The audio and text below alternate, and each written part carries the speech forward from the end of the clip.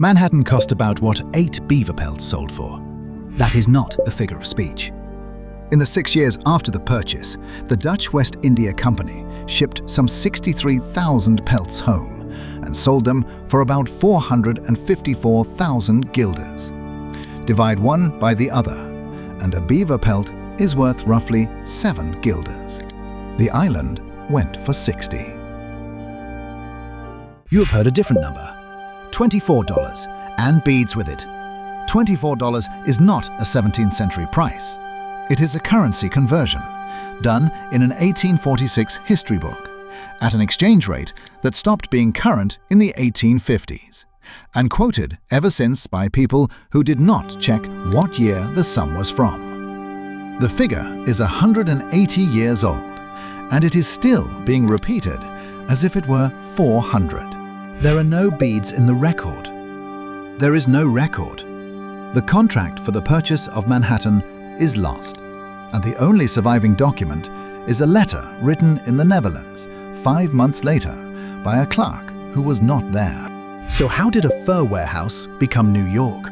Because for the first 40 years, nobody involved thought the island was the valuable part. And when I say nobody, I include the men who owned it, the men who took it, and the treaty that settled who kept it.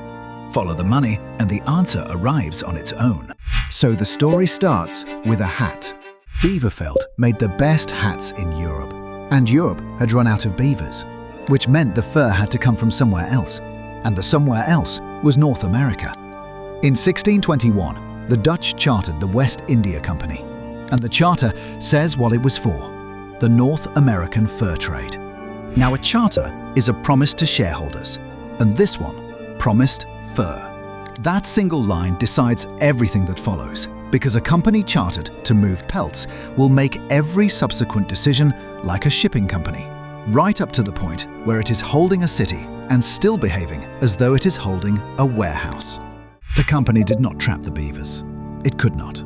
Beaver trapping in North America was skilled winter work over enormous distances, and the Dutch had neither the people nor the knowledge to do it.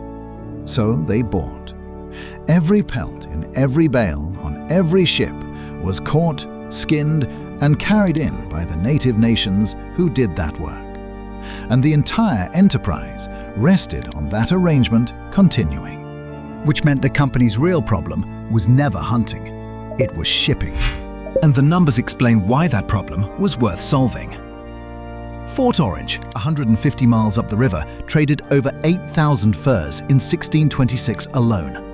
By the early 1630s, the colony was producing 10 to 15,000 pelts a year, and by 1633, an estimated 30,000 a year were moving through Fort Orange on their own. Every one of those pelts had to come down the river, and every one of them had to leave by sea. That is a river of fur, and a river needs a mouth. So the company went looking for a mouth, and it found an island. Peter Minuit arrived on the 4th of May, 1626, as director of the colony, and he picked Manhattan for the capital. Not because of the land, because of the water. The harbor is deep, it does not freeze, and everything the company floated down the river had to pass it on the way out. On the 24th of May, the island was acquired for goods worth 60 guilders. 8 pelts. A loading dock. Priced like a loading dock. Now, one thing has to be said plainly, because the record is thin, and pretending otherwise would be inventing. We do not know who the Lenape participants were. Their names are in no surviving document. We do not know what they were told the exchange meant, and historians who work on the later deeds think it was very likely understood as sharing the use of land rather than selling it outright. That is a gap in the record, and it stays a gap, which meant the company had its harbor, and a harbor with a warehouse on it grows a town on top of it, whether or not anybody planned one. Because warehouses need coopers and carpenters and clerks need bakers, and bakers need somewhere to live. Nobody in Amsterdam ever wrote a memo deciding to found a city.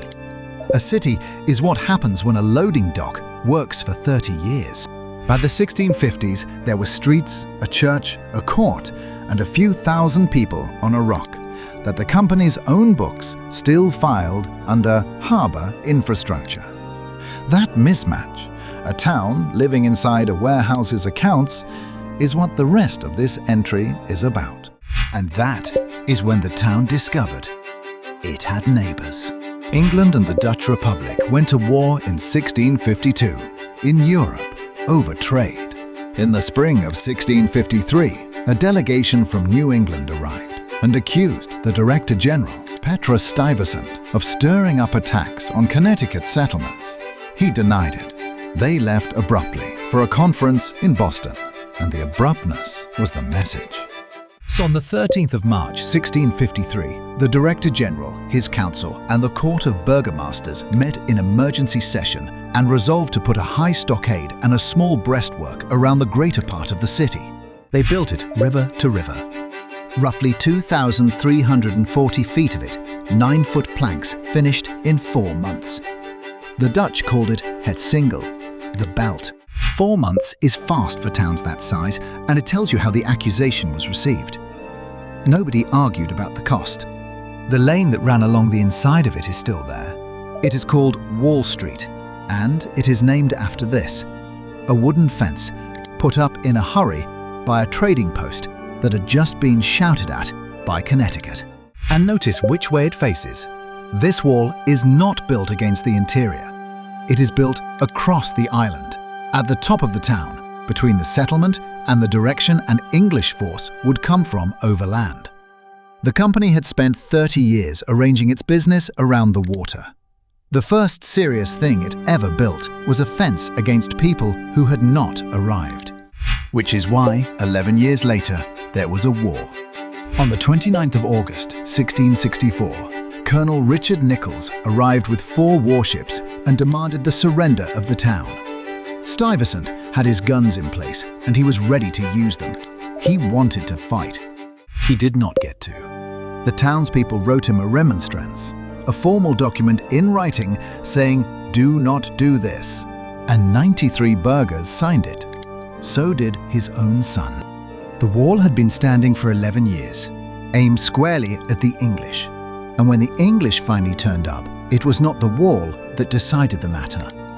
It was a petition. The Articles of Capitulation were agreed on the 8th of September 1664 by 6 deputies for Stuyvesant and 7 English commissioners. If you find that dated, the 27th of August somewhere, that is the same day counted on the old calendar, which England was still using, and the Dutch were not. And the terms are the strange part. The town kept its property, its inheritance customs, and its freedom of worship.